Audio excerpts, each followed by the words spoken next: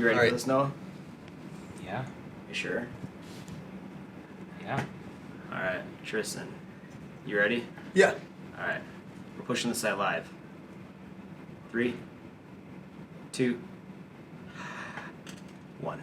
I ain't in it for the money, I ain't in it for the fame, I ain't in it for the accolades. Tryna tell me what a vision of the riches and the women, I ain't with it, tell them not today. Try to separate the crew, but the truth is I did it. Got the same vision, so you know we stay winning. Some of y'all chasing recognition, not me, I do it for the love, yeah. Yeah, yeah, yeah, I do it for the love.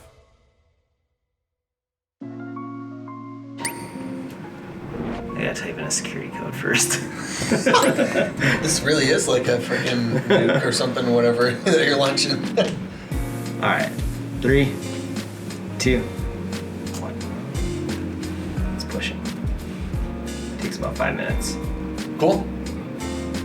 I'll keep refreshing. Bye bye, old site.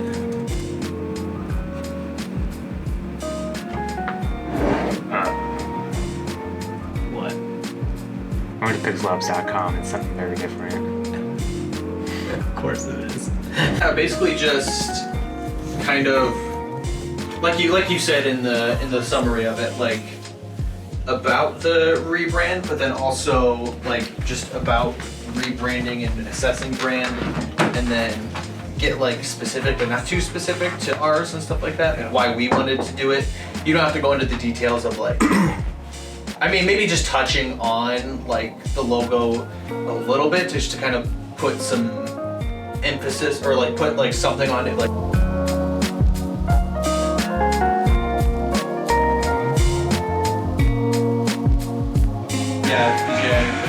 Like, just these shots look so good. yeah. You can tell when he's accelerating though, because that's when he dips above the frame, because the whole drone tilts down too far. You are my sunlight.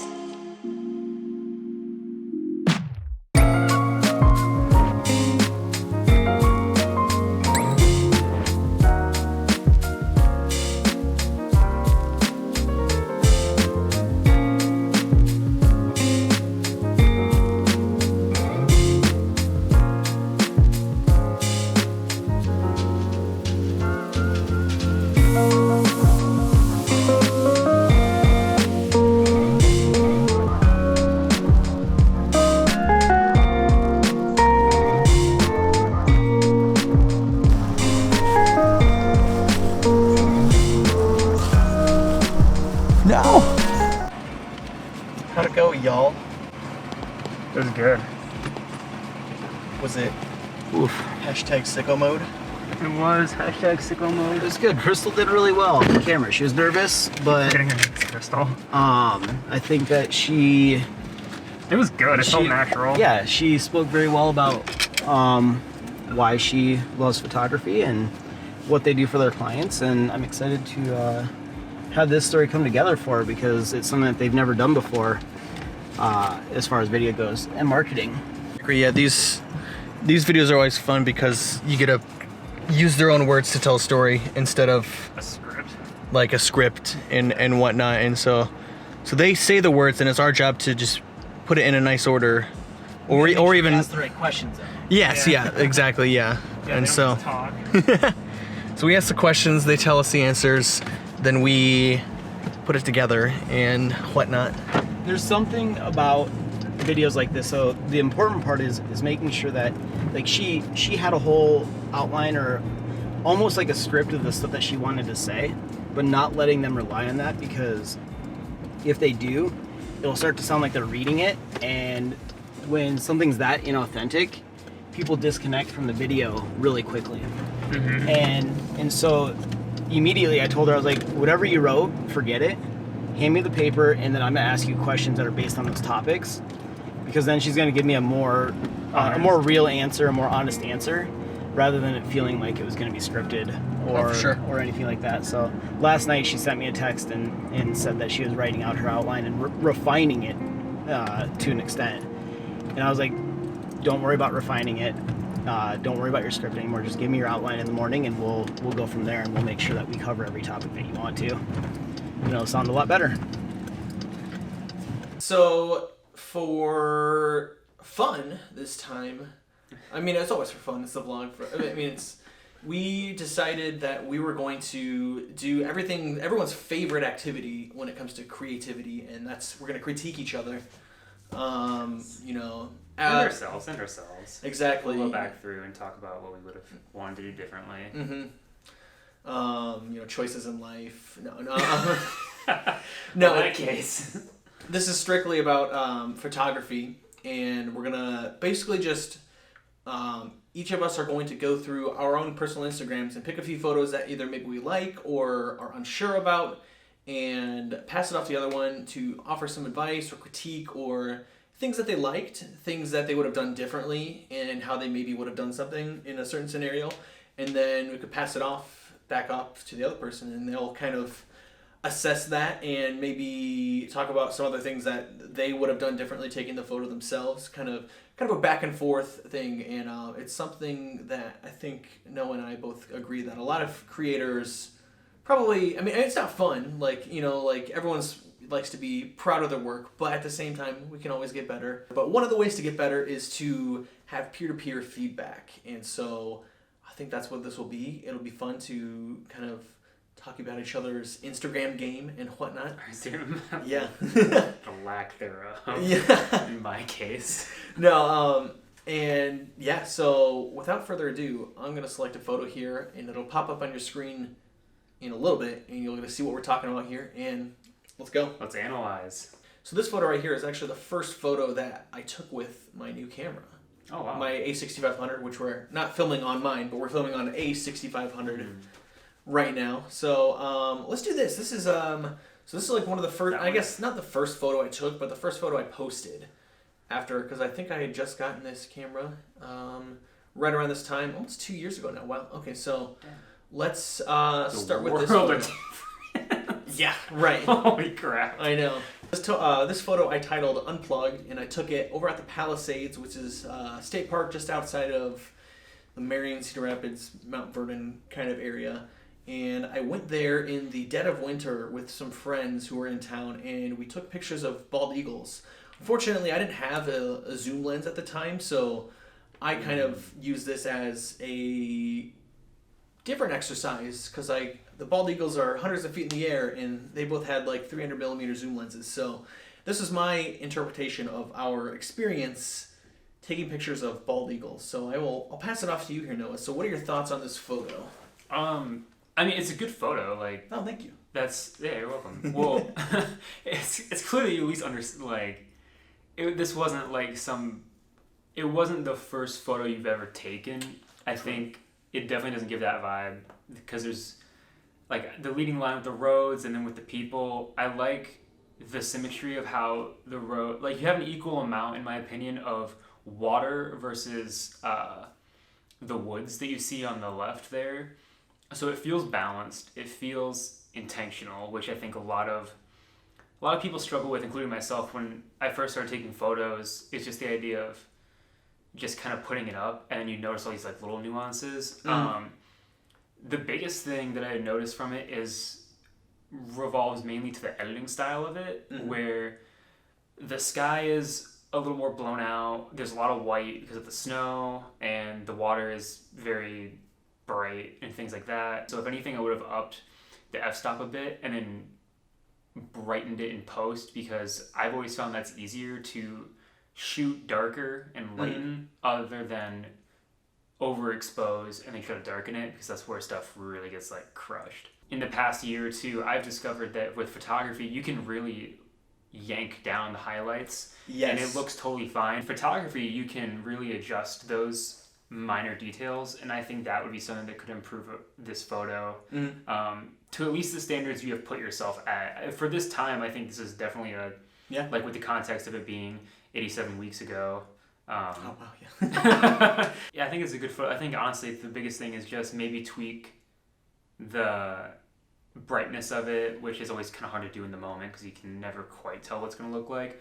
I think one thing I need to challenge myself on more is, I'm guessing, I don't 100% remember, but I'm guessing I took this with my my kit lens, which goes down to f3.5, and I'm guessing I probably shot that pretty wide open. that's a not a bad habit, but that's a habit of mine. Is I love to shoot wide open and then jack the shutter speed, but what that does is doesn't give you a lot of flexibility sometimes, like you were saying, where I feel like I need to be more comfortable with shooting in a slightly slower shutter speed and then open up or close down the f-stop rather, to let in a little less light and add more details, I guess, to the frame. So yeah. Let's bring up your page right here. This photo right here is not one of the first photos I've ever taken, but this was for a class at the college we attended. I was in a photography class, and I wanted to do a series with animals. And in Cedar Falls, I was lucky to get the opportunity to get in contact with a biology professor at the university who takes in and kind of cares for unique animals people don't really want, mainly reptiles. He keeps them in this lab and uses them in classes and stuff, and students help take care of them and things like that. But this was the alligator, the famous you and I alligator. Yes. Okay, so it exists. It does exist. I sought it out, and I want to take photos of it. Which at the time, this was because of this photography class. These were starting to become where I was really starting to understand more what photography can do and the proper way to shoot it. Because before I was doing stuff, I was keeping the settings as if it was like a video. Oh, so you're talking about like you had like the shutter speed, like 180 shutter angle kind of look, or I just didn't know, I guess, the relationship shutter speed and aperture and ISO all played together. Right. But this is one of the first photos where I was experimenting with it correctly. And I got a lot of positive feedback on this one. A lot of people really liked that they could see the scales of the alligator and they could see the detail of it. Also, it's funny, I brightened the eyes and all the teeth individually because I, for some reason, wasn't thinking that highlights and stuff could do anything to it. Oh, yeah. For whatever reason, so that was a bit of a bummer to do that. And well, I think on that note, though, also you're being very intentional about the areas that you do want to impact, and I think that's something that I even still sometimes will use here and there. Is yes, like you can use like the highlights and stuff like that, but if you want to be super intentional about that, I think that's a great way to do it, and I think it actually helped. It's not something I even would have guessed, but I did happen to notice when I first looked at this photo that the detail in the eye is very present compared to the contrast of the rest of the photo, and the teeth do look a little bit more bright and white comparatively. So I do like that, and I also do like the details in all the scales and whatnot. Yeah, you got the full subject in frame very sharp. So I think that's a great thing, especially for an earlier on photo. I know when I first was experimenting with portraits and taking self portraits, I would have my aperture too far open, and so if I got too close to the camera, my nose would be out of focus, or the back of my head would be out of focus. You know how that goes. Style. Yeah, that'd be interesting. Exactly, and it's something I look back at and it's like, my nose is out of focus. Like it's one of those things. Like if I would have closed down the aperture a little bit, like you might have done in this photo, then you get the full subject crisp and in the frame, and you still get a little bit of bokeh in the background, which I do also like the plant back there that gives kind of context to the rest of the background. Simply just brightened the image a little bit overall. I honestly, there's really only minor aesthetic changes that I would make based on my personal editing style. I tend to be a bigger fan of oranges versus yellows, so I probably would have shifted.